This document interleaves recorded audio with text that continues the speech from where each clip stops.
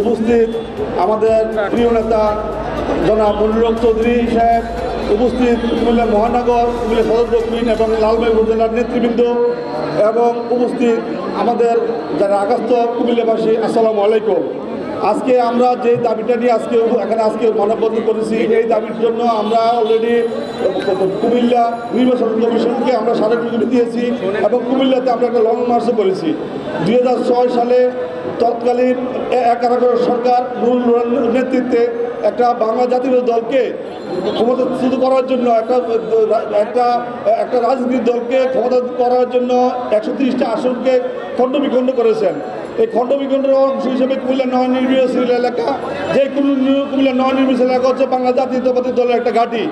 ওই ঘাঁটিতে স্থানীয়ভাবে কুমিল্লা মনিরুল হক চৌধুরীর জননেতাকে স্থানীয় হয়ে তৎকালীন লোরাস কামাল সাহেব কুমিল্লা নবনির্বাচনকে বিলুপ্তি করে 2-3টে আসনের সাথে সম্পৃক্ত করেছে, যেটা অযৌক্তিক এবং কুমিল্লা সদর দক্ষিণ মানুষের যে উন্নয়নের যে ধারাবাহিকতা খুবই ক্ষতিগ্রস্ত করেছে।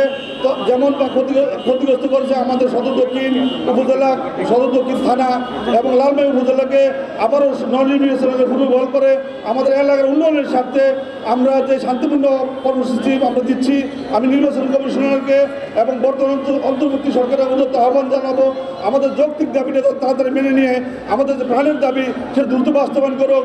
অন্যথায় আমরা যে কোনো আন্দোলন আমরা যে কঠিন আন্দোলন বাধ্য হব।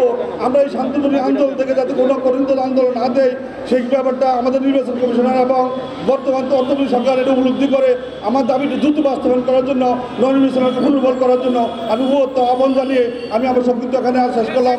আসসালামু আলাইকুম। বাংলাদেশ জাতীয় দল জিন্দাবাদ, শহীদ জিয়া ওমর হক, বেগম খালেদা জিন্দাবাদ, তারুণ্য রহমান জিন্দাবাদ।